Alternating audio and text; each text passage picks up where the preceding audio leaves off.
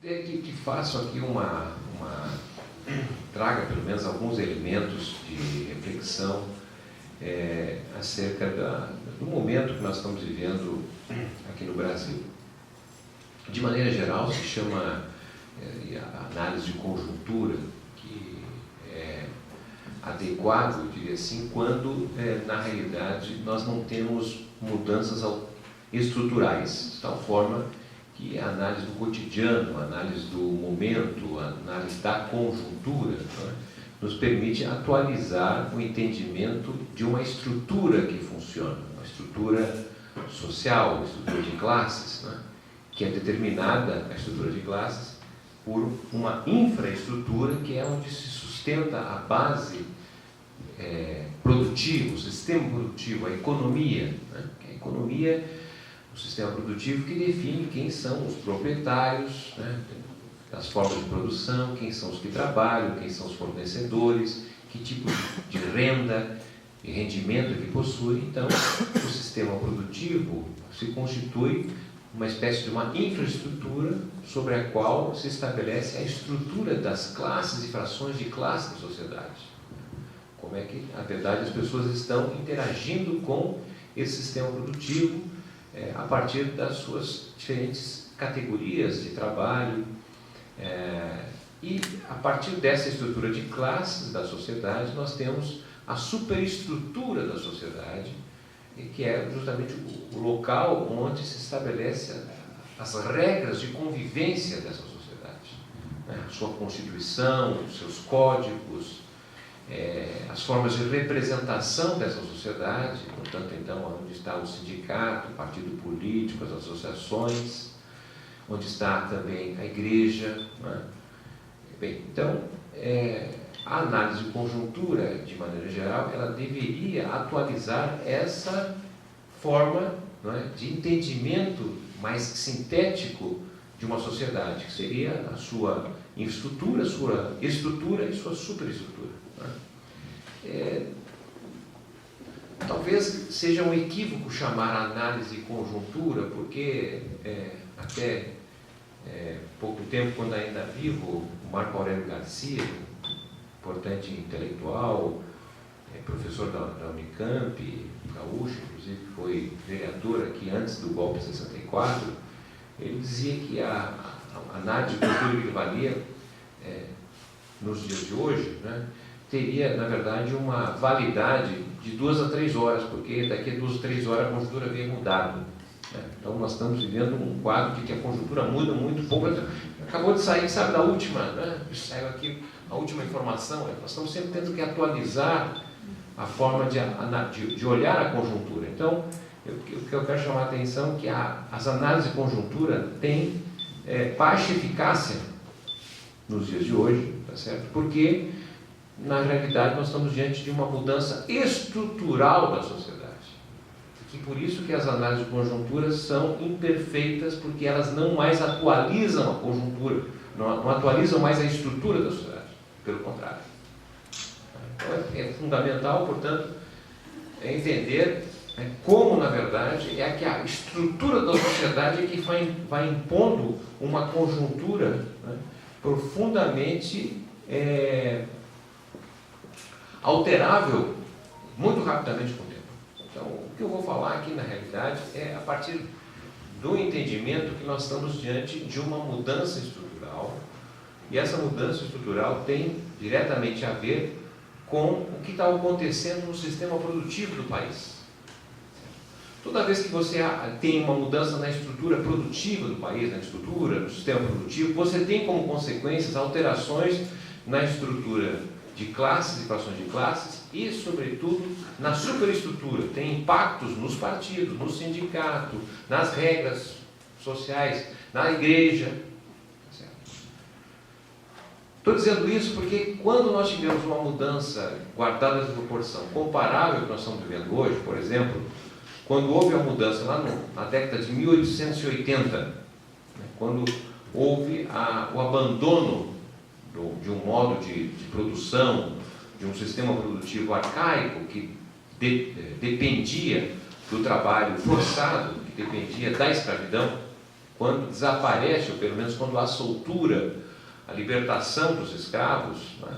Quando na verdade se instala no Brasil um modo de produção capitalista, certo? Quando na verdade nós temos então a constituição de uma sociedade de competição, né? Porque a sociedade pré-capitalista, a sociedade agrária, escravista, não tinha competição, certo? Tinha os ricos. Por que havia ricos? Porque eles tinham sangue azul, ponto final. E a igreja, não é? Nós estamos falando até a década de 1880, não é? O Estado absolucionista no Brasil, o Estado imperial, era um Estado pesado, que cobrava muitos impostos para poder financiar a família real, tá certo? Para financiar a igreja, o clero, porque o clero, não é? Era associado ao Estado absolutista, tá certo? E financiar também a nobreza, os nobres, tá certo? Então, era uma parte importante da sociedade que dependia de impostos. Então, era um Estado grande, nesse sentido, né?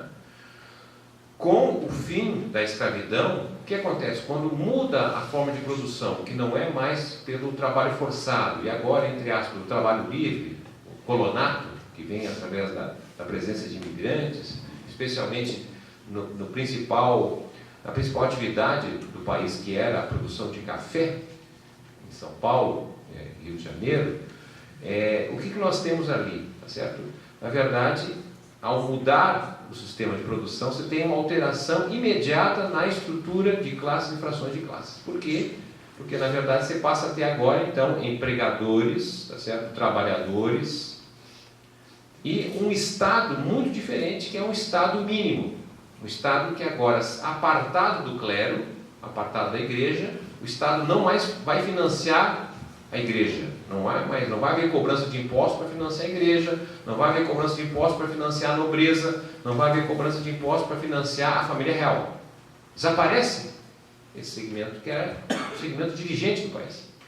Então, nós vamos ter agora um Estado muito pequenininho, um Estado mínimo, que é um Estado que executa 3 funções fundamentais: o monopólio da violência, só o Estado pode matar, prender, soltar, né?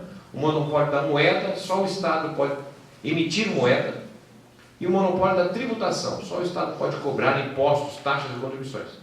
Então, é um Estado que representa 3, 4% da força de trabalho, que é o número de pessoas que trabalham nesse Estado mínimo.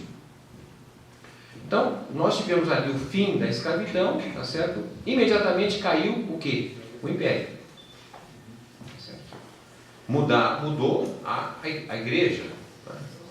O primeiro censo demográfico feito no Brasil é de 1872. Por uma forma muito apropriada de fazer censo, foi declarado, na verdade, que todos os escravos no Brasil e índios eram católicos. Então, o primeiro censo de 1872 dava 99,7% da população era católica. Certo? Obviamente que esse dado é imperfeito, porque nós tínhamos em 1872, 2/3 da população não era branca. Era constituída de índios, de negros e miscigenados. Tá? Mas o que eu quero chamar a atenção é que há uma mudança na igreja, por exemplo, mas há uma mudança, a criação de partidos políticos de base regional, o que altera o sistema político vigente durante o Império, que era um sistema político fundado em 2 partidos, o Partido Conservador e o Partido Liberal, e se dizia na época que nada mais conservador do que o Partido Liberal no governo, não é? Ou nada mais liberal do que um conservador no governo, ou seja, não havia muita diferença. Por quê? Porque era um sistema eleitoral que prosseguiu, inclusive, até 1930, em que votavam apenas e tão somente homens brancos com escolaridade, que soubesse escrever o nome e que tivesse propriedade. Era o que chamava democracia burguesa, porque só votavam os ricos. O que significava dizer, não é, votar 3 a 4% da população. Então a política não fazia parte do dia a dia da população. Política era assunto de homens brancos, né, de interesses superiores. Guardada a proporção, nós estamos vivendo um momento muito parecido, tá certo? Como também foi a década de 1930, que é outra década de mudança espetacular que ocorre no Brasil, quando praticamente nós temos uma transição da sociedade agrária. O Brasil até 1930 era uma grande fazenda, 90% do brasileiro moravam no campo. Tá certo? E morar no campo significa, na verdade, né, ter uma vida muito limitada, uma vida em que viver era fundamentalmente trabalhar, uma vida cuja expectativa média de vida das pessoas não ultrapassava 40 anos de idade. Em 1920, a expectativa média do brasileiro de vida era de 34 anos de idade. As mulheres eram praticamente máquinas de reprodução humana, né, porque no campo, a necessidade de força de trabalho fazia com que as mulheres que viviam em média 34 anos de idade chegavam a ter entre 10 a 15 filhos. Imagina qual a possibilidade da mulher ter alguma participação fora das atividades de casa. As mulheres eram praticamente máquinas de reprodução humana.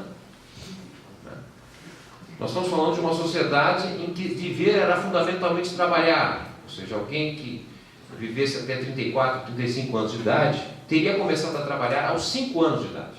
Porque na sociedade agrária, já muito criança já está trabalhando para sobreviver. Porque não tem escola, pré-escola, creche, né? E já se começa a trabalhar o irmão mais velho cuidando do irmão mais jovem. Como é que é? Uma família. A casa, né? O que é uma casa na sociedade agrária? A casa, em geral, relativamente grande, mas não tão grande quanto a média das casas atualmente no Brasil, mas as casas eram um espaço de sociabilidade, um espaço de formação, de educação, era um espaço de valorização dos mais velhos, porque os mais velhos tinham experiência, né, a ser passada pelos mais jovens. A casa era um espaço de reprodução, né? Então, a casa tinha esse tipo de peculiaridade e as pessoas, a criança com 5, 6 anos de idade, ela trabalhando e trabalhava até morrer, porque também não havia previdência social. Então, trabalhava até morrer. E trabalhava quantas horas por dia? 12, 14 horas por dia, porque trabalhava em função da luminosidade natural. A hora que o sol aparecia, tinha que estar de pé. É isso. Não tinha descanso semanal, férias, feriados, porque não dá para deixar de não ordenhar a vaca todo dia. No final de semana, ninguém vai alimentar os animais, a gente vai sair, porque não dá. Não tem férias. Ou seja, 70% do tempo de vida estava comprometido com esse trabalho pela sobrevivência. Então, esses eram os limites da sociedade no Brasil até praticamente a década de 20. A partir da Revolução de 1930, nós temos uma mudança substancial, tá certo? Porque com a crise do café, tá certo? Com os limites do agronegócio da época, né? Não era chamado agronegócio, era uma economia primária exportadora, mas de toda maneira a crise internacional que inviabiliza a exportação de café vai levar aqui a uma reorganização da sociedade e estabelecer um projeto de pelo menos 50 anos, que foi o projeto de construção de uma sociedade urbana e industrial. Tá certo? Nós que estamos aqui somos frutos das decisões tomadas no Brasil em 1930, especialmente pelos tenentistas, tá certo? Que representou um grupo progressista naquele momento, né? Que defendeu a legislação trabalhista. Precisava trabalhar 8 horas por dia e não 12, tem que ter férias, tem que ter salário mínimo. Isso tudo começou lá. Já tinha reivindicações anteriores, mas é ali que se começa, na verdade, a fundamentar base excepcional, digamos assim, da relação capital-trabalho no nosso país.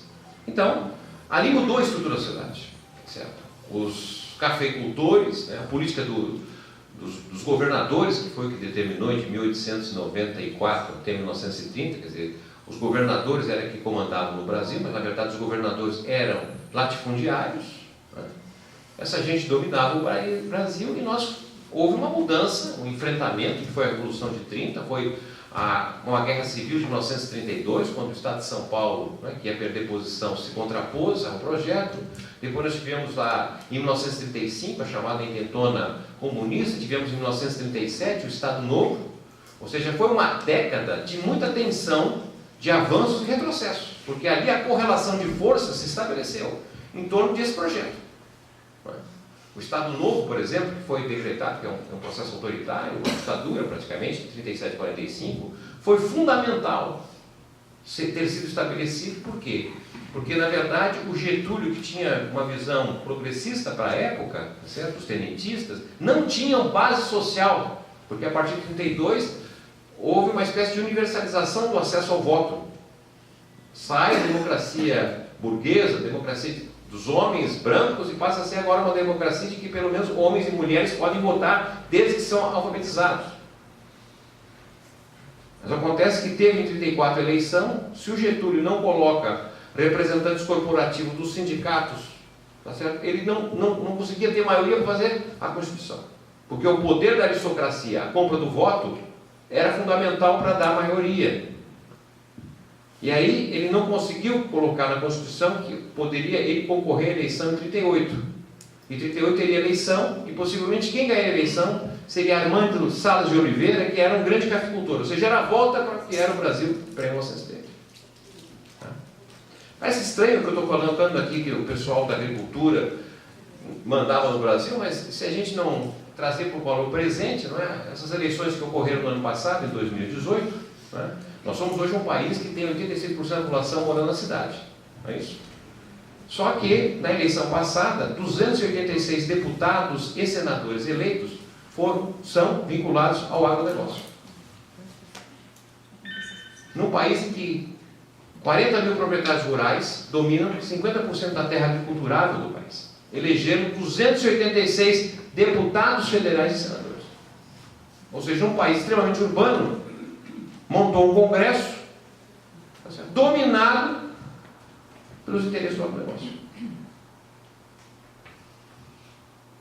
E foi tirar, né, um presidente democraticamente eleito, que praticamente esse congresso está fazendo o que a gente está acompanhando. Então, a década de 30 é uma década muito importante, porque ela marca a construção do sistema corporativo de relações de trabalho. Em 1943, a CLT, Consolidação das Leis do Trabalho, que só foi estabelecida no Brasil porque havia um Estado autoritário. Porque de 30 a 36 havia sido tentado várias vezes patrocinar pelo Congresso o salário mínimo, a jornada de trabalho, e não passava. E a CLT, para passar, tá certo? Ela passou apenas tão somente porque era a legislação trabalhista para trabalhadores urbanos. A CLT foi aprovada para trabalhadores urbanos, salário mínimo para trabalhadores urbanos com carteira assinada. Segundo o IBGE, em 1940, de cada 10 trabalhadores no Brasil, apenas um estava na cidade. 90% dos trabalhadores estavam no campo. A CLT não foi feita para eles. A CLT só começou a ir para o campo a partir da aprovação de um projeto de lei de um deputado famoso aqui no Rio Grande do Sul, Fernando Ferrari, o Estatuto do Trabalhador Rural. Começou a iniciar, e depois da sindicalização, a CLT no campo. 20 anos depois da CLT aprovada. Certo? Por que eu estou recuperando essa coisa histórica? Para chamar a atenção assim, nós estamos vivendo, guardada a devida proporção, algo muito parecido. Por quê? Bem, porque o Brasil, tá certo, entre as décadas de 1930 e as décadas de 1980, né, era um país o sistema produtivo, né, era determinado pela presença da indústria. O comando do capitalismo brasileiro era feito pela burguesia industrial. Ainda que fosse uma burguesia industrial dependente do exterior, porque infelizmente nós acabamos copiando, trazendo de fora, ao invés de produzir internamente, etc. Mas tinha gente do lado de lá, como o Antônio Henrique de Moraes, como outros empresários, que de certa maneira faziam um contraponto, não é, aos interesses internacionais. Haviam empresas estatais, tá certo, com uma tecnocracia, com uma burocracia desenvolvimentista. A gente que estava na Petrobras, gente que estava na Eletrobras. Quer dizer, como é que foi a questão da Eletrobras? Se a gente olhar o Brasil até a segunda metade da década de 1950, não é? O que acontecia? Energia elétrica, por exemplo, a telefonia, era tudo privatizado, eram empresas estrangeiras que operavam no Brasil. E como no capitalismo, tá certo? É lógico, as empresas só operam se tiver lucro. Então, obviamente que a telefonia, quem tinha telefone? Quem tinha dinheiro para pagar. Quem tinha energia elétrica? Quem tinha dinheiro para pagar. Quem tinha água? Quem tinha dinheiro para pagar. E o sistema privado era péssimo. Havia até, talvez, alguém vai lembrar de uma música muito conhecida na época de carnaval, que era assim: Rio de Janeiro, cidade que me seduz, de dia falta água, de noite falta luz. Isso era o Brasil. Então, ao quê? Há uma força, na verdade, da estatização, que começou aqui em 1959, 58, se não me memória, do governador Brizola, que estatizou, encampou uma empresa de energia elétrica dos Estados Unidos. Então, a Eletrobras, na verdade, foi um movimento de estatização, porque se entendeu naquele momento que se você quer ter um país integrado, é fundamental ter capacidade de levar energia para todos os estados, todas as cidades, independente de ter ou não ter dinheiro para pagar. É um serviço público. Se você quer ter um país integrado, precisa ter telefonia. Então vem a Telebrás.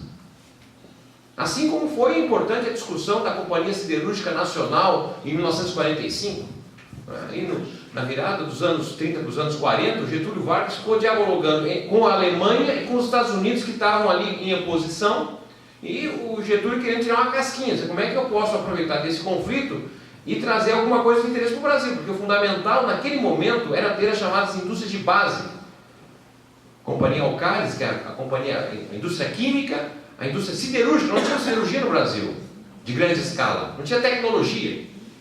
E o Getúlio ia lá, os alemães, a tecnologia era ou alemã ou americana. Era American Steel ou a da alemã, não estou lembrando aqui agora. E ele vai lá, de um lado e do outro, até que os americanos precisam de Natal para fazer o espaço aéreo, para poder ir para a África. Eles dizem: tudo bem, nós liberamos, mas eu quero tecnologia, que eu preciso de uma siderurgia. E a CSN, Companhia Siderúrgica Nacional, implantada em 45, a partir desta articulação do Getúlio. Porque senão não teria siderurgia aqui no país. E ao vir a tecnologia, nós apropriamos a tecnologia e começamos a fazer várias outras empresas estatais. Montamos a chamada Siderbras. Então, ali começa, na verdade, esse desenho, e vai até a década de 1980. Chegamos a ter nos anos 80 quase 35% da produção nacional dependia diretamente da indústria. E a indústria demanda serviços, demanda agricultura. A indústria alimentícia depende da agricultura, tá certo? Vários serviços industriais, serviços logísticas, dependem da indústria. Então, na verdade, a indústria comandava 2/3 do país. Por que estou dizendo isso? Porque, na verdade, nós não temos mais industrialização no nosso país. A indústria praticamente, não existe indústria, mas ela não comanda o país hoje. Você não tem mais burguesia industrial.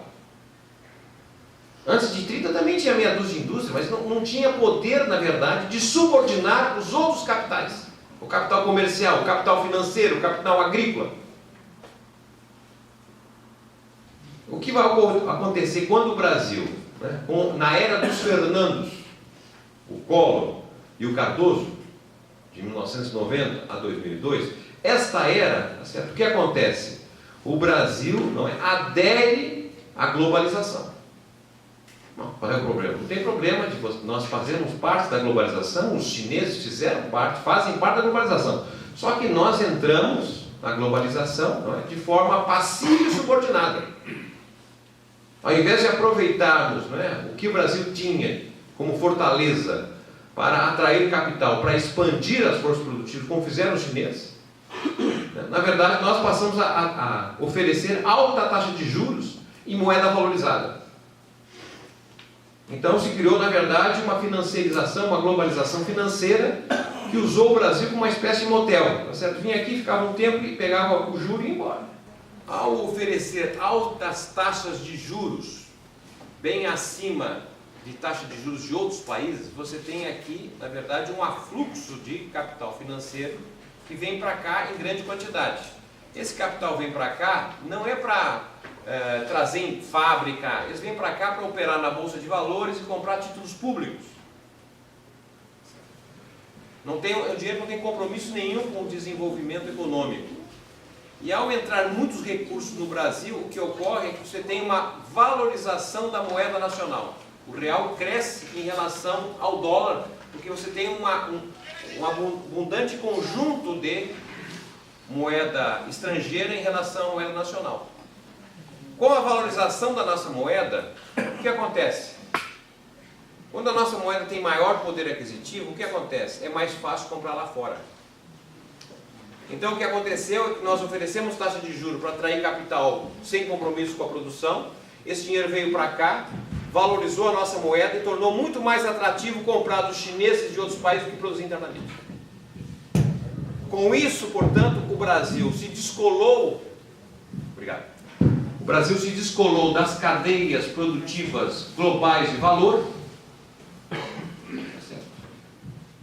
e ficou cada vez mais dependendo da produção e exportador de bens primários. Com isso, cresceu a força do agronegócio, em termos de proprietários, empresários, que não são mais os agricultores aqui do Rio Grande do Sul, até tem uns, na verdade é o pessoal do Centro-Oeste. É um outro povo, articulado internacionalmente. Então o que acontece a partir dos anos 90, na verdade, o Brasil se descola das cadeias globais de valor, não é? E passa a usar a taxa de juros, não é? O endividamento do Estado para atrair recursos, e isso vai, na verdade, dinamitando as bases do capitalismo industrial brasileiro. De tal forma que aqueles empresários que nós tínhamos lá, o Antônio Emílio de Moraes, o cara é empresário, patrão, de fato, era um empresário patrão, mas ele levava 5 horas da manhã, ele estava, por exemplo, não é, na Beneficência Portuguesa, um grande hospital lá em São Paulo, tá certo? E administrava o hospital. Ficava até às 8h30 da manhã, e depois ia trabalhar, um empresário que tinha 50, 60 mil trabalhadores. Quem é hoje a burguesia no Brasil? Nós temos 6 homens cuja a propriedade, a riqueza, equivale à somatória da renda de 100 milhões de brasileiros. 6 homens. Quem é essa gente? Que fábrica eles têm? Não tem fábrica. O maior empresário brasileiro tem uma fábrica, vamos dizer assim, de cerveja. Mas cerveja é algo que tem pelo menos uns 500 anos de tecnologia. Não tem novidade nenhuma em produzir cerveja. No capitalismo da era digital, nós estamos produzindo cerveja. Então, o que nós temos hoje, o que comanda o Brasil do ponto de vista do lado do capital, é um capital comercial. Como assim comercial? Comercial, no comércio, qual é a lógica do comércio? A lógica do comércio é comprar barato e vender caro. E comprar barato significa, tá certo, vender as estatais, vender os patrimônios nossos, tá certo, os nossos ativos, as nossas reservas. E para comprar barato, tá certo, e vender caro, é necessário. Por que vai ter direito trabalhista? Não tem que ter direito trabalhista. É outra lógica que opera a burguesia do nosso país. Tá certo? Então, o que nós tivemos? Nós tivemos uma mudança na infraestrutura que rebateu no tipo de burguesia que tínhamos, mudou a burguesia brasileira, mudou a estrutura de classes, porque nós tínhamos lá nos anos 80, quando há o renascimento dos sindicatos, por exemplo, uma base importante de classe média assalariada. Classe média assalariada, o pessoal dos bancários, eram 800 mil bancários na segunda metade dos anos 80. E a classe trabalhadora que tinha basicamente como seu principal protagonismo, não exclusivamente, mas fundamentalmente, a classe trabalhadora industrial. As greves no ABC Paulista, no Lula, aquela assembleia de 100 mil pessoas ali, um discurso que unificava todo mundo. Ele falava no discurso dele, a pauta de reivindicação do São Bernardo do Campo era a mesma pauta dos comerciários no Amapá. Havia uma certa identidade na pauta dos trabalhadores. Essa classe trabalhadora industrial existe, é claro, mas é ínfima. Por quê? Porque nós estamos diante de uma outra classe trabalhadora, a classe trabalhadora de serviços. 4/5 dos ocupados atualmente são trabalhadores de serviços. E é outra cabeça em termos de trabalhadores. Na maior parte, trabalhadores que não lidam com o trabalho material, né? O trabalho que resulta do esforço físico e mental do homem ou da mulher em algo concreto, palpável, tangível. Não é o trabalhador da agricultura que produz lá um pé de fumo, milho, não é um trabalhador da construção civil, não é, cujo resultado é uma construção de um prédio, de uma obra, não é um trabalhador da indústria que resulta numa roupa, num calçado, é um trabalhador do shopping center, é um trabalhador de plataforma de aplicativos, dirige automóvel, bicicleta, entregador. Qual a materialidade desse trabalho? Não há concretude nesse trabalho.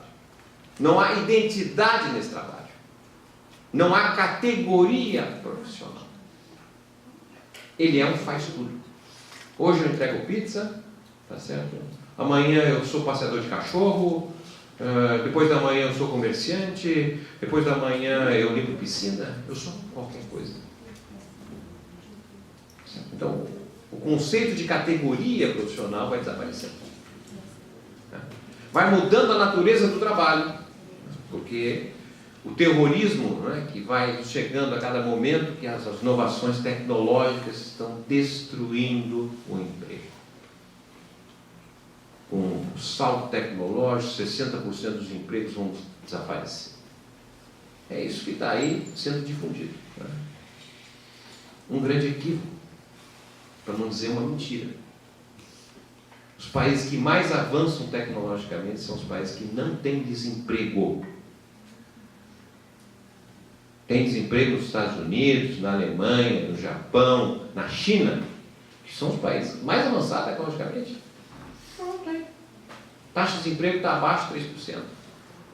Tem outros problemas, problema de qualidade do emprego, certo? Destruição dos empregos de classe média, mas problema de desemprego não se apresenta. Aliás, onde tem mais investimento tecnológico é onde se mais cria empregos. Exemplo disso no Brasil, o ramo financeiro.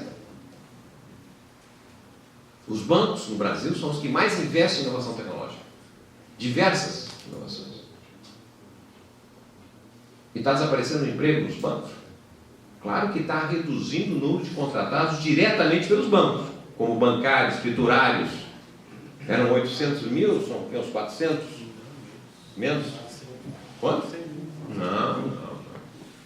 Está entre 300 e 400 mil. 300 e poucos mil. Só que o ramo financeiro, ou seja, onde estão os bancos, chega a ter 1.600.000 trabalhadores vinculados aos bancos. Mas eles se apresentam com outra nomenclatura. Por exemplo, né, os correspondentes bancários. São bancários ou não são bancários? Os sindicatos bancários têm dificuldade de incorporar, mas eles fazem operação equivalente aos que estão no banco. Só que não estão dentro do banco. São 200.000 correspondentes bancários no Brasil. Se você colocar pelo menos 3, em média, você tem 600.000 trabalhadores como correspondentes bancários. Tem quase 110.000 trabalhadores autônomos para bancos. Essa propaganda que faz XP, não sei o quê, eles têm os consultores. Sou consultor, aplico o seu dinheiro no XP, não sei o quê, papai, ele é bancário. Os trabalhadores de plano de saúde, os trabalhadores de seguro, tudo opera dentro do banco. Infelizmente, a estrutura sindical que nós temos não é, tem categoria profissional. Nós ficamos olhando aqui o pouco e uma massa de pessoas vinculadas ao setor que mais investimento tecnológico tem feito. Outro setor que tem avançado, se não fosse a recessão que nós estamos vivendo, é o setor, não é, de telecomunicações. Até 1994, 95, antes da privatização, havia o sistema Telebrás e haviam 56.000 trabalhadores empregados no setor Telebrás, na Telegoiás, Telebrasília, aqui a CFT, não é isso? Tinham as teleestaduais. 56.000 trabalhadores no setor do sistema Telebrás e tinha o sindicato dos Sintetel, sindicato dos trabalhadores das empresas, telefonia, não sei o que mais, Sintel. Não, mas tem em São Paulo, era Sintetel, Fenatel, Federação, Fitel, bom, tinha lá uma estrutura sindical. Bom, com a privatização, tá certo? O que aconteceu? Os trabalhadores desse sistema caiu de 56 para 34 mil. E toda a estrutura sindical passou a representar os 34 mil. Só que o sistema de telecomunicações ampliou para mais de 700 mil trabalhadores. Porque passou a ter o quê? Call center. Tá certo? Entraram num lugar, não sei, tem call center aqui no Rio Grande do Sul, 2, 3 mil pessoas. Toda a parte referente às TVs a cabos. Então, expandiu o setor. Aumentou o número de trabalhadores. Só que trabalhadores, né, sem representação. Fomos manifestar a nossa posição em relação à terceirização. Né? E a lei da terceirização, a generalização da terceirização foi aprovada sem reação social. Qual é o nosso discurso? Correto, racionalmente correto, ao dizer o seguinte: olha, somos contra a terceirização, porque a terceirização é precarização. Porque outra pessoa vai fazer a mesma coisa que o outro, ganhando menos, trabalhando mais, sem direitos. Está corretíssimo. Não fosse o caso que 80% dos 14 milhões de trabalhadores terceirizados jamais tinham trabalhado antes da vida. Uma coisa é eu, se porventura, segurança da Volkswagen, tá certo? Antes da terceirização, então eu sou contratado, né, pela Volkswagen, faço segurança patrimonial, portanto o meu salário e condições de trabalho são estabelecidas pelo contrato coletivo dos metalúrgicos de São Bernardo. E aí vem a terceirização, o que acontece? A Volkswagen me demite, mas porventura eu vou ser contratado agora pela empresa segurança, sei lá, automobilística. Então a empresa de segurança, né, eu faço parte agora do sindicato dos vigilantes, e eu vou trabalhar como segurança para o Volkswagen. Só que, obviamente, o meu contrato de trabalho não pertence aos metalúrgicos, mas pertence aos vigilantes. E aí a jornada é maior, os direitos são menores. Então, para esse trabalhador que anteriormente era segurança para o Volkswagen e agora é contratado para prestar serviço ao Volkswagen, houve precarização, inegavelmente. Agora, quando você olha, 80% dos trabalhadores que têm um emprego terceirizado nunca trabalharam antes como emprego formal. Você chega para ele o seguinte: olha, nós somos contra a terceirização. Você é contra o meu emprego? Ora, mas eu tenho 10º, tenho férias, eu tenho direito que nunca tive antes na vida e você diz que é contra.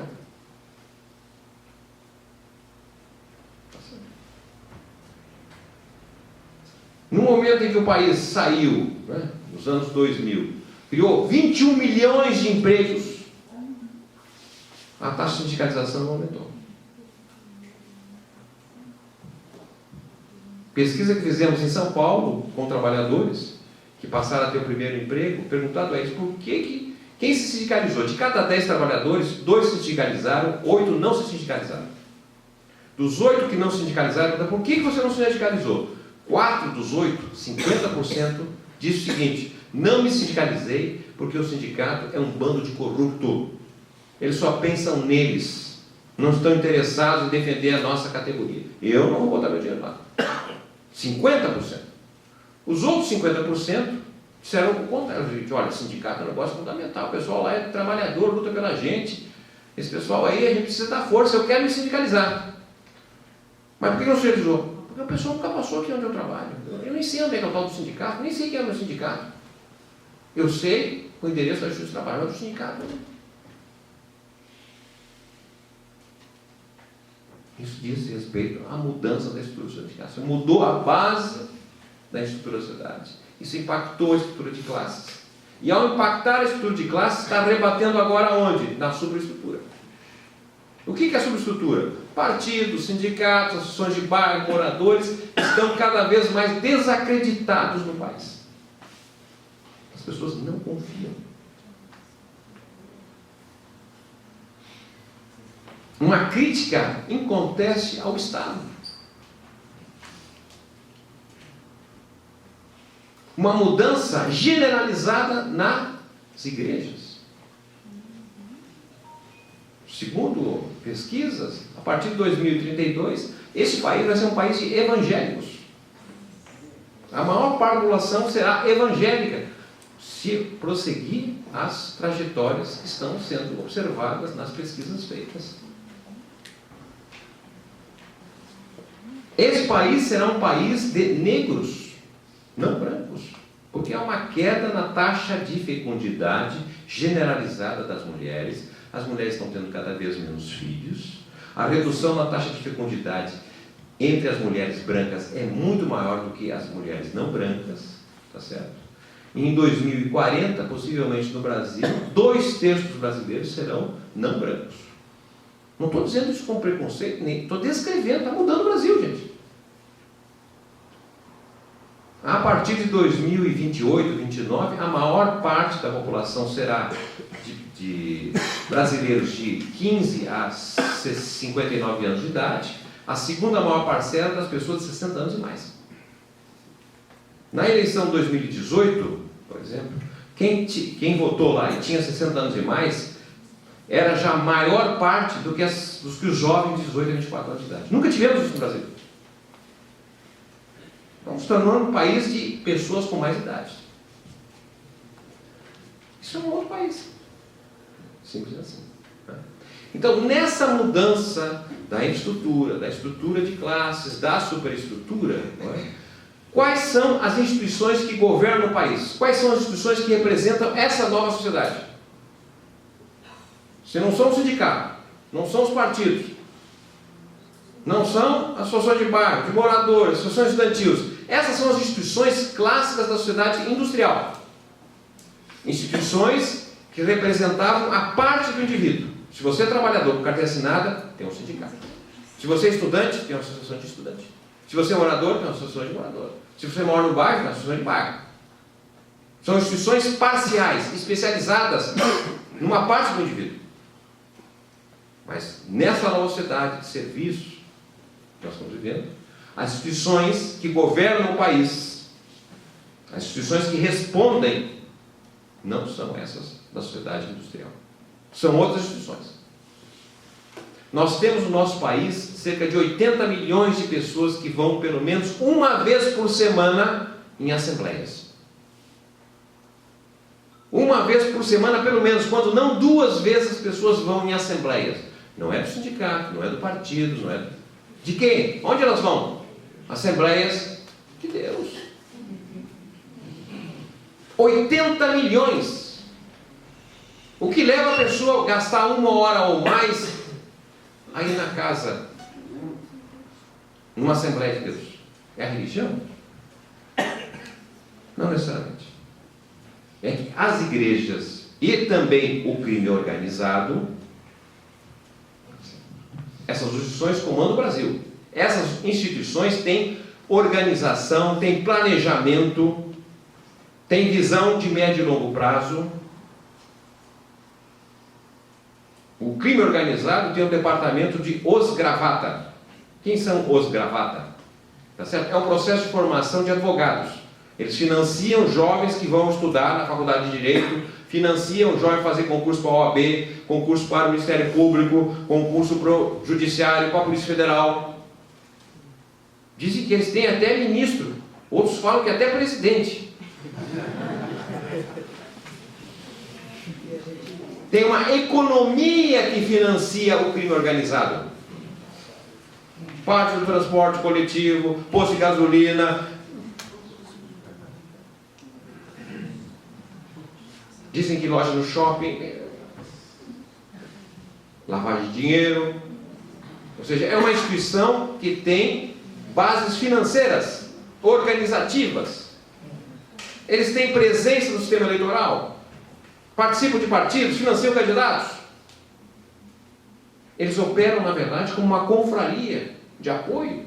Saiu agora essa semana no jornal, não é, que o PCC está alugando casas, construindo casas próximas dos presídios, para que as famílias possam lá ter um acolhimento. Tem fraternidade, solidariedade dentro do crime organizado. Tem um trabalho totalizador.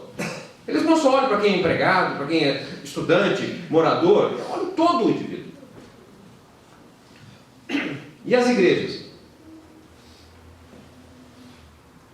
Pentecostais e neopentecostais. Tem um trabalho totalizante no mesmo sentido. As igrejas neopentecostais são um hub de serviço. É um centro de serviço. Por exemplo, né, se eu fosse pai, sei lá, viúvo e tivesse 2 ou 3 crianças, e quisesse vir nessa palestra, onde é que eu ia deixar sua criança aqui? Alguém aqui se preocupou em ter um lugar para abrigar as crianças daqueles pais ou mães que quisessem participar da... Não, as igrejas se preocupam. Tem um espaço próprio para acolher as crianças daqueles que vão à assembleia. Certo? Tem serviços. O sindicato que faz uma assembleia com trabalhadores, mas o bancário foi demitido. Pois é, a demissão, isso é culpa dos banqueiros sanguinários, desse governo desalmado. Isso é culpa de um país em recessão. Não, tudo bem. É como se a gente fosse, guardado a proporção, fosse no médico. O médico fala para a gente, olha, fizemos aqui um exame, o senhor está com câncer. E este câncer é do tipo X+1, que foi pesquisado em 1974. Ou seja, o cara faz uma radiografia, tudo bem, é até bom saber, eu digo, mas como é que eu me curo? Como é que eu me curo? E o que nós temos? Olha, é o seguinte, se teu câncer aí, acho que a semana que vem você não vai estar mais aqui. O cara sai dali e nunca mais volta. Vai procurar alguma coisa que lhe dê esperança. Nós aqui é o seguinte, olha, nós descrevemos o povo do desemprego, o desemprego é assim, assado, tudo bem, mas e como é que eu saio do desemprego? Veja bem, nosso discurso é racional. Então é o seguinte, e é verdadeiro, é correto, não estou dizendo que está equivocado. É o seguinte, olha, a situação do país, alguém tem dúvida, a situação do país está ruim e vai piorar. Não estou mentindo, é verdade, vai piorar. Mas com esse discurso não atrai ninguém. Se vai piorar, se o cara aquele que estudou diz que vai piorar, eu vou tentar alguma forma para tentar sobreviver. Ou seja, o nosso discurso racional, que é correto, tá certo? É um discurso que desmobiliza, que leva à acomodação e saídas individuais. Justamente o que nós não queremos. É um discurso sem esperança.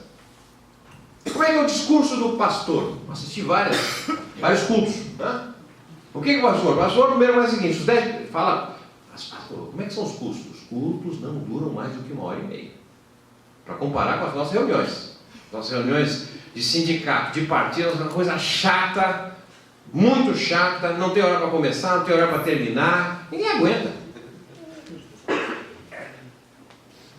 O pastor, 10 minutos primeiro, só vai, política é coisa do diabo, só ladrão, só sem vergonha, isso é o... 10 minutos passou, ele, ó, é o seguinte, agora 50 minutos de política, sem dizer que é política. Então, o que tem a igreja? Serviços. Irmão, está desempregado, irmão? Junte-se a nós, é aqui que nós vamos encontrar a solução. Aleluia, irmão. Olha aqui, a dona Maria estava desempregada, conseguimos um emprego. Dona Maria, não está empregada? Levanta aí, Maria. Milagre, gente, tem um emprego, dona Maria. Vamos arrumar para você também. E a igreja tem procura ativa por trabalho. Eu sou lá da igreja, estou trabalhando no supermercado, fiquei sabendo que tem uma vaga. Pastor, tem uma vaga aqui, manda a dona Maria lá. A dona Maria vai lá, arruma um emprego. Se arrumou um emprego, dona Maria, tem fidelidade a vida toda. O que nós fazemos para ajudar as pessoas? Procura ativa por trabalho. Eu sou economista, esse final de semana, irmãos, vou dar um curso, né, para plano de negócios. Quem quer montar um negócio, irmãos? Vou dar um curso. Vou doar um tempo da minha final de semana para dar curso para os irmãos, gratuitamente. Quando nós fazemos isso? A igreja faz. Tem um discurso especializado. A gente faz um discurso geral, como fazia o Lula lá em 1979, 100 mil pessoas na Vila Euclides, trabalhadores do Brasil se unam, é um discurso fantástico. Esse discurso entra no ouvido e sai no outro. Pô. Como é que tem as igrejas? A igreja ontem foi o culto para aqueles que estão separados. Hoje é o culto para os alcoólatras. Amanhã é o culto para os doentes. Eles trabalham segmentadamente. E como trabalham? Eles vêm aqui o seguinte, olha, esse tal de Haddad, esse professor aí, isso aí é um cara perigoso, porque é isso e por aquilo. Será que esse Haddad é isso mesmo? Mas o pastor falou, estudou, será? Aí eu vou para casa, um WhatsApp. Mostra lá o Haddad em cenas obscenas. Está vendo? O pastor falou e agora está aqui. É verdade. Que trabalho nós fazemos com os sindicalizados, com os... Porque não é esse negócio de rede social, assim, mandar, porque o que acontece hoje, minha gente, que com essas ferramentas aqui, não é? Cada um hoje acompanha a política. Ele está mais próximo da política, ele sabe da política. Ele não precisa mais de intermediário. E a formação da opinião é completamente diferente do que era 20 anos, 30 anos atrás. Porque há 20, 30 anos atrás, o que a gente fazia? Eu, pelo menos, olhava o Jornal Nacional, o Jornal da Bandeirante, o jornal disso, daquilo, para tentar ter uma visão, mais ou menos, minha. Hoje, como é que as pessoas decidem olhar televisão, escutar rádio, ler notícia? Eu não leio as notícias para formar a minha opinião. Eu vou ler a notícia, o canal, a rádio, para validar a opinião que eu tenho. Ah, não, isso aí do outro pessoal, eu não estou nem aí. Eu sou gremista, eu sou colorado, eu sou notícia do Grêmio, porque colorado não me interessa. Então a gente chega com a visão, mas a sua visão é essa, eu queria dar a minha visão, nem quero a tua visão. Mas a gente não consegue nem falar. Por quê? Porque nós operamos, né, certo, numa rota de racionalidade e eles estão operando numa rota de subjetividade. Então, nós não conseguimos nos conectar com essa gente. E a pessoa que a gente conseguia se conectar está cada vez menor. Então, veja, né, como dizia lá o Einstein, né, fazer a mesma coisa vai produzir sempre o mesmo resultado. Você não consegue um resultado diferente fazendo a mesma coisa. A gente já sabe os resultados que nós temos fazendo a mesma coisa. Se a gente quer ter resultados diferentes, precisa fazer coisa diferente. E o que fazer? Bom, essa é a boa pergunta. Tá certo? Se de fato o que nós estamos vivendo é uma mudança de época, é uma outra época, gente. Não podemos continuar usando as lentes do passado, porque elas foram válidas no passado, mas não são mais válidas agora. É outra sociedade, é outra cabeça. Tem validade nos dias de hoje, nós mantemos a estrutura de instituições da sociedade industrial e da sociedade de serviços. Na sociedade agrária, na sociedade pré-30, né, tinha uma forma de atuação dos trabalhadores que eram chamados sindicatos de ofício. Os sindicatos de ofício eram instituições totalizadoras. Como assim totalizadoras? Porque o sindicato de ofício, por exemplo, tinha o fundo de ajuda mútua. Os empregados contribuíam para um fundo e esse fundo era utilizado para enfrentar os riscos do trabalho. Risco do trabalho? Sim, risco de você for demitido, de você ter um acidente de trabalho, de você ficar envelhecido.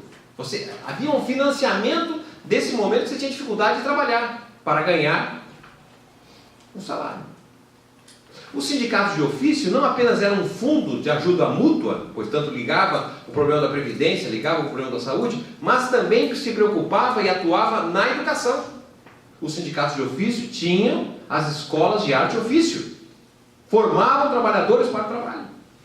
E formavam de acordo com a demanda por trabalho. Não formavam assim aos montes, e a economia não está crescendo, a economia brasileira hoje está 5% menor do que em 2014, e nós continuamos formando gente. Ora, o que é isso? É a queda no salário real, evidente, mais gente com o mesmo emprego menor, o que vai acontecer?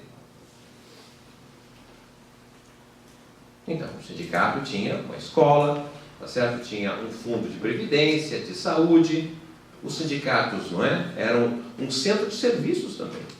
Eles tinham lá, não é, a cultura operária. O sindicato tinha saraus, tinha poesia operária. Basta ver as fotos antigamente, que a vestimenta dos trabalhadores é diferente da vestimenta dos burgueses. Como não podiam votar, não é? Os sindicatos de ofício eram os sindicatos que não queriam negociar com os patrões, os sindicatos queriam ocupar as fábricas. Era a cogestão, a autogestão. Para que eu vou negociar? Porque os sindicatos de ofício entendiam o lucro das empresas como sendo o roubo. Porque a parte do valor que os trabalhadores geravam, não, era apropriado na forma de lucro. Então o sindicato não ia negociar com o ladrão. O sindicato queria ocupar o lugar do ladrão. Tirar o patrão. Ora, isso tudo muda para o novo sindicalismo, que é os sindicatos atuais ainda no Brasil. Né? Muda completamente, porque a parte que o sindicato fazia de fundo de ajuda mútua, com a Previdência, foi exercida pelo Estado. Né? A formação passou a ser do Estado. A cultura é o Estado. A política agora é do partido. O sindicato foi se especializando basicamente em fazer negociação do custo do trabalho. O sindicato é um instrumento de elevação do custo do trabalho. Porque tudo que o sindicato faz impacta no custo de produção da empresa.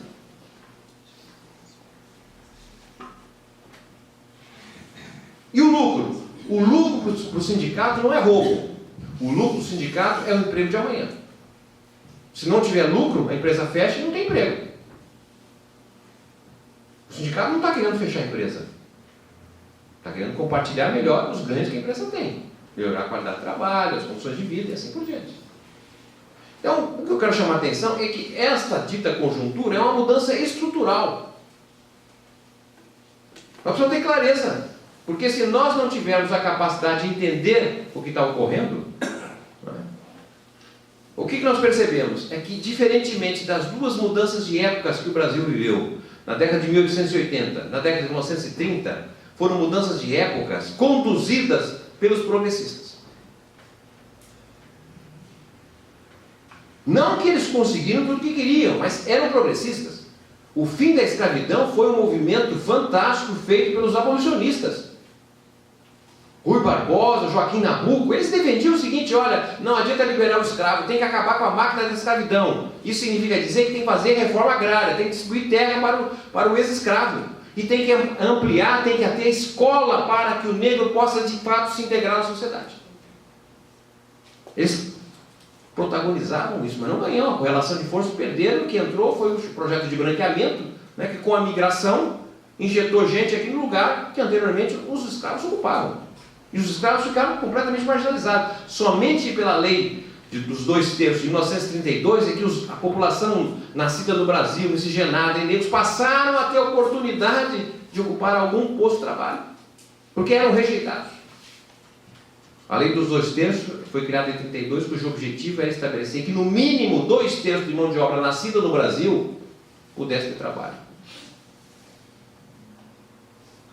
Em 30, os tenentistas protagonizavam outra coisa. É o seguinte: olha lá, se a gente pegar o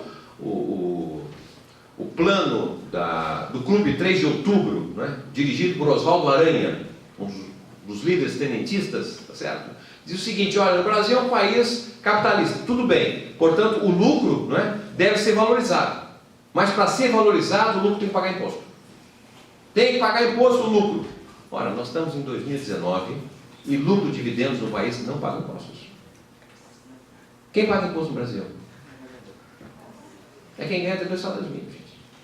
40% de sua renda vai para imposto. 2 salários mínimos. 80% dos brasileiros ganham até 2 salários mínimos. Em 32 também estava lá escrito: olha, propriedade privada tem que ser respeitada, é capitalismo, propriedade privada, perfeitamente. Agora, para ser propriedade privada, tem que exercer a função social. Que função social tem as propriedades fundiárias no Brasil? Então veja, o protagonismo era dos progressistas. Ocorre que nessa mudança de época o protagonismo não é dos progressistas. O protagonismo é da extrema-direita. Embora nós sejamos a maioria, tá certo? Está aqui uma pasmaceira enorme. Estamos julgando para tudo que é lado. E eles estão dando as cartas. Portanto, é uma mudança de época regressiva nesse sentido. Mas isso não está dado.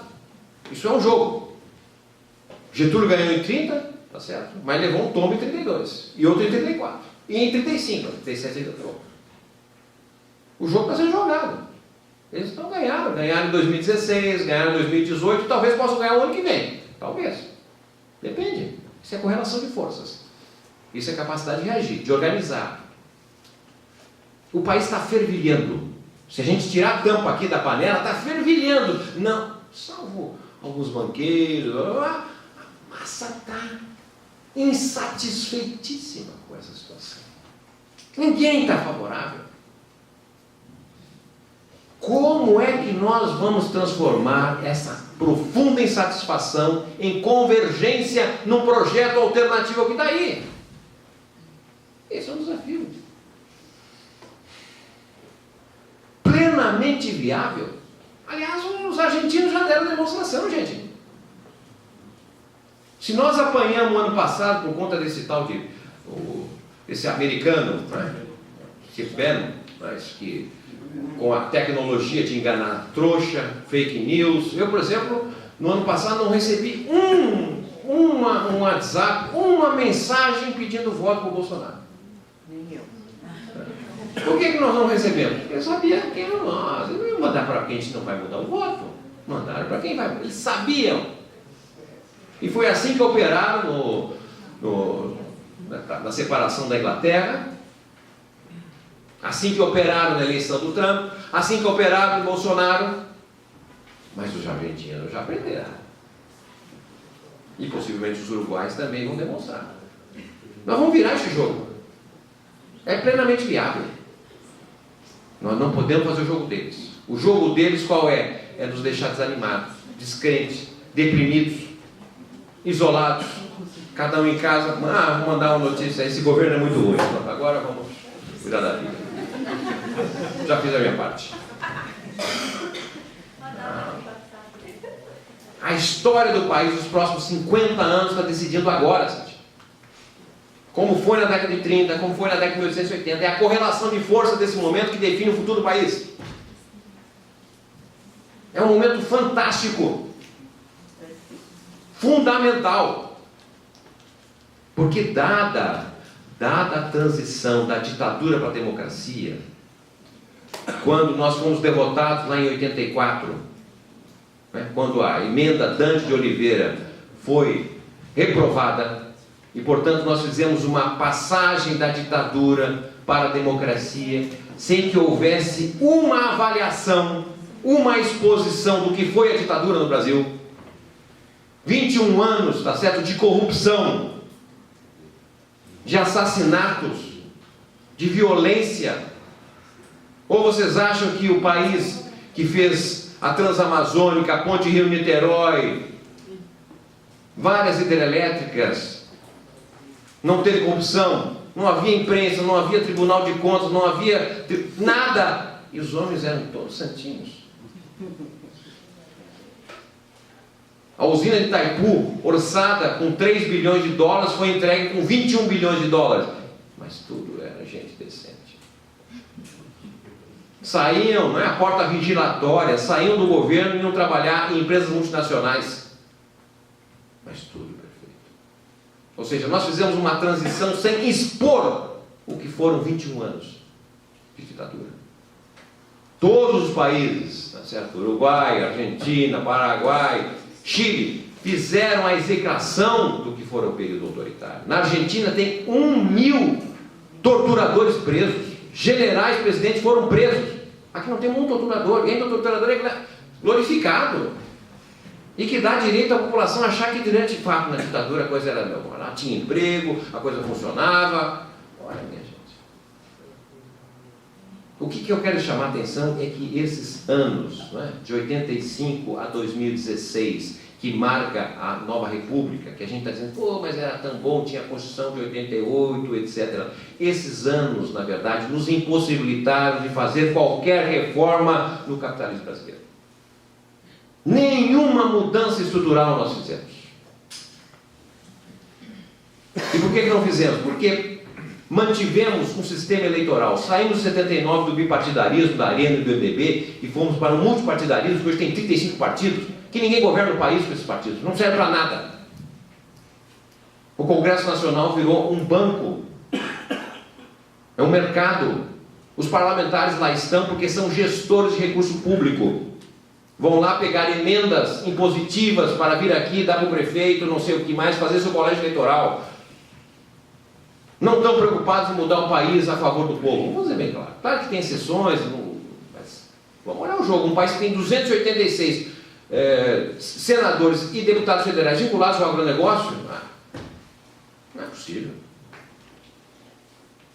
Portanto, o ciclo constitucional república, né, o que significou? A impossibilidade de fazer qualquer mudança estrutural. Em 1982, saiu um documento feito pelo antigo MDB, chamado Esperança e Mudança, que dizia o seguinte: olha, para sair da ditadura para a democracia tem que fazer reformas.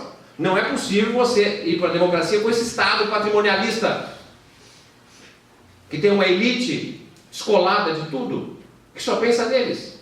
Não é possível um país democrático não ter uma reforma bancária. São 5 bancos que dominam 80% do financiamento do país. Não é possível ter uma reforma agrária. Não é possível ter uma reforma tributária que desonere os pobres e tribute os ricos. Estava lá dito em 82 e nada foi feito. Não foi feito por quê? Porque você não tem maioria no Congresso. Um sistema eleitoral que não permite ter representação popular. Salvo raras exceções, mas quando começou lá nos anos 80, a gente vai ver quem eram os deputados, tinham, sei lá, 30%, 40% eram gente vinculada ao movimento social, aos trabalhadores. Hoje, o que temos? Não tem 10% que é negro, mulher, operário, nada. É tudo profissional da política. Então você não teve condições de mudar esse quadro, gente. Agora, o que nós tivemos? Né? Na verdade, foi um governo de conciliação. O que não é pouca coisa, não estou querendo desmerecer, eu estou dizendo assim, nós saímos, acabou o sistema político na República. É outra coisa, agora não tem conciliação, tá certo? É governos de classe. Eles são um governo de classe. Eles têm a classe deles, gente. Precisam ter consciência sobre isso. É polarização, uma sociedade polarizada. É a oportunidade da gente ganhar o governo e fazer a mudança para valer.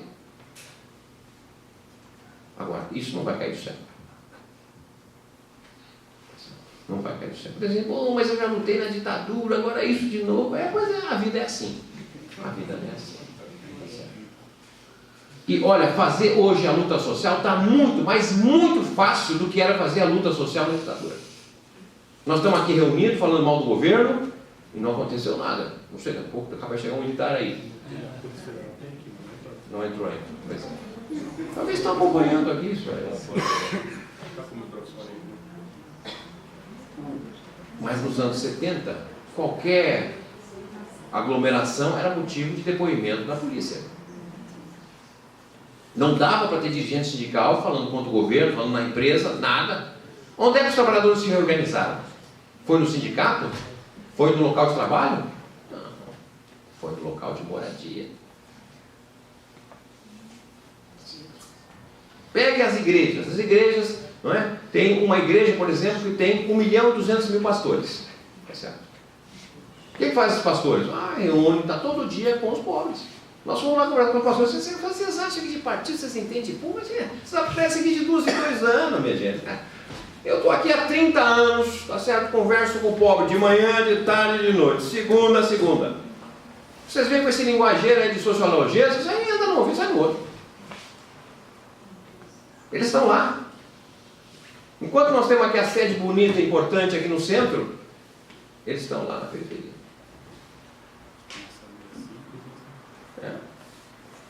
A gente pode dizer o seguinte: o pão da padaria aqui pertinho é ruim, mas o pão da padaria que custa a 1 quilômetro, eu não vou lá todo dia comprar, então eu vou comprar aqui esse pão mesmo ruim, mas eu compro aqui. Então eu vou na Assembleia do Sindicato uma vez que outra, mas várias assembleias eu vou ali na igreja. Eles estão do lado, próximos.